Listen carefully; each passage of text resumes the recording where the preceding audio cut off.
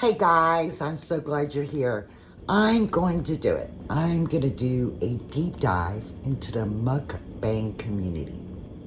I know I look different today. I'm working an event tonight, so that's why the eyelashes and the flashy clothes. So I just wanted to get this done. I've been researching since my last video when y'all asked for me to do this one, and I think I've got all my research together, so let's dive in.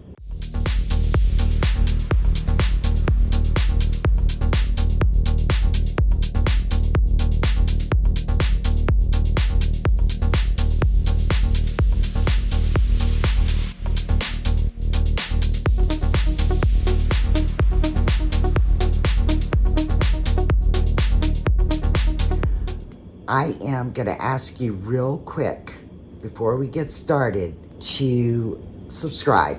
Before I get all deep into this video, I'm going to ask you to take a second, click the subscribe button. I am so close to 500. I'm almost there.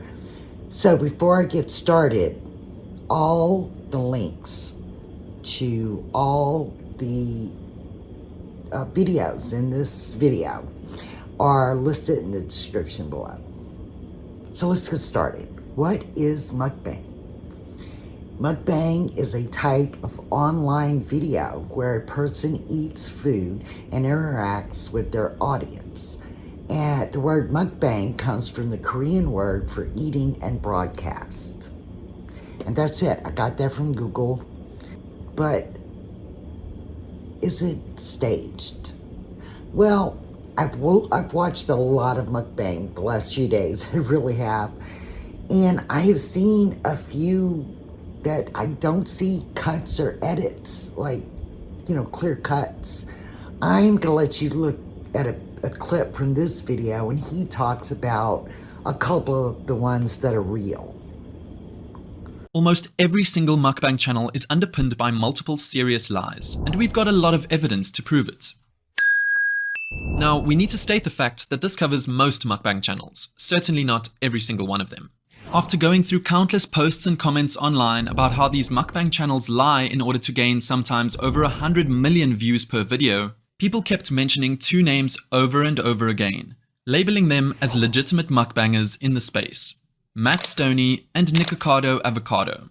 These two American YouTubers have built a reputation of eating insanely large amounts of food on camera, with the effects of binge eating such amounts of food in a short span of time being clearly seen throughout their videos, such as this clip of Matt Stoney clearly struggling to breathe after eating 3 large packs of hot ramen noodles. Matt Stoney cuts no corners in showing the time he takes to eat the food, with a clear timer showing the consistency of the whole process, from the moment he begins preparing the food to when he finishes eating, and the aftermath of eating large amounts of food in a short time. His videos never include cuts or any suspiciously edited moments meant to trick the viewers, yet feel impressive as they clearly show what is and isn't possible for a human to consume in a given amount of time. All this is important to remember, as Matt Stoney's videos set a baseline for what should and shouldn't be possible in a mukbang video. Additionally, Nikocado Avocado's case clearly depicts the real-time effects of consuming large amounts of unhealthy fast foods, which will be referred to as we look at mukbangers on the other end of the spectrum. So, as you can see, and I'm going to show you later, I have a video of a woman breaking down how the edits are done. But I'm going to show you these videos, and I'm going to slow them down so you can see the edits. They're really, some of them are clear cut edits. Some of them are very good and hard to catch.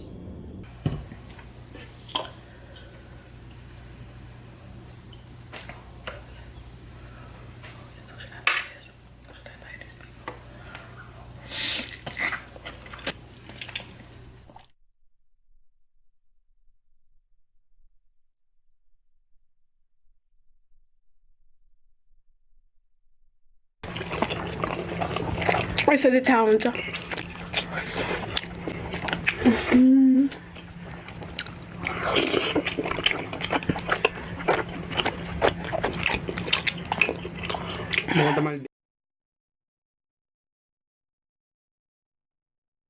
So the first one you saw it, she didn't have a lot of edits.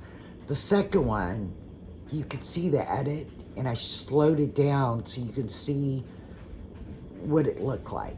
And I'm going to play this third one for you.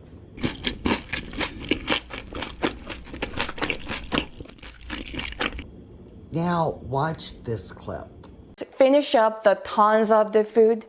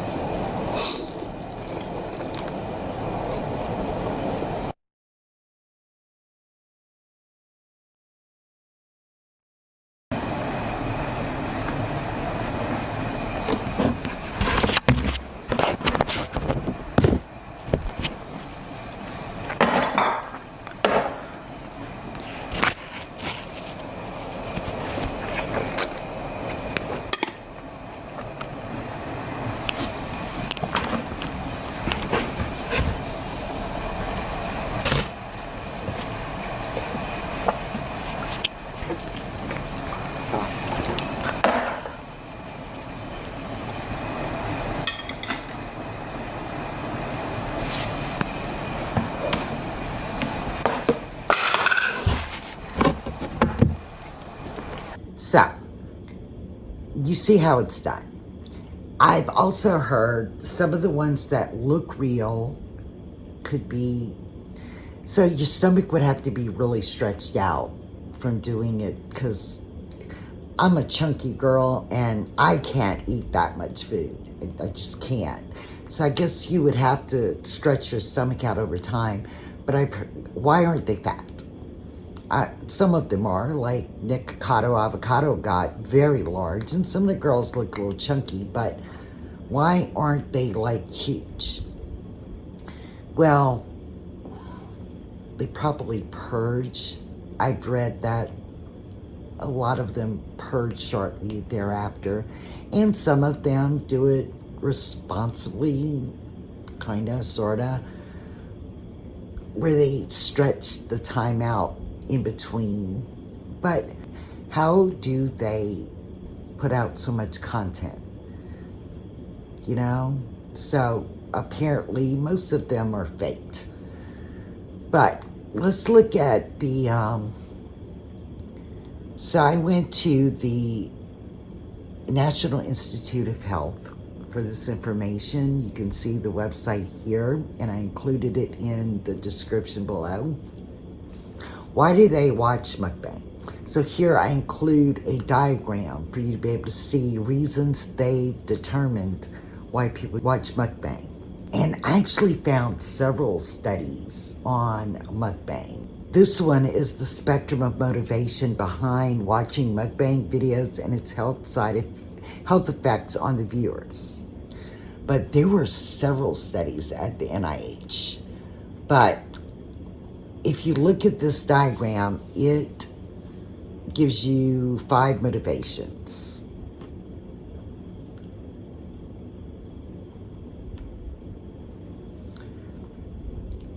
So many studies have shown there has been an increase in the number of people living alone, and this has led to an increase in the number of people watching mukbang, as being connected together is a way for viewers to virtually get eating partners. So they're doing it to not eat alone. That's one motivation. A parasocial relationship which is formed between the host videos and the audience upon repeated watching of mukbang videos. So I guess that's similar to like what I'm trying to build here, a community. It has also been discovered that watching mukbang can be a great source of entertainment. And I assume I like to watch court videos. Some people like to watch ghost videos. Some like to watch ghost debunkers. So I guess for some people it's a source of entertainment.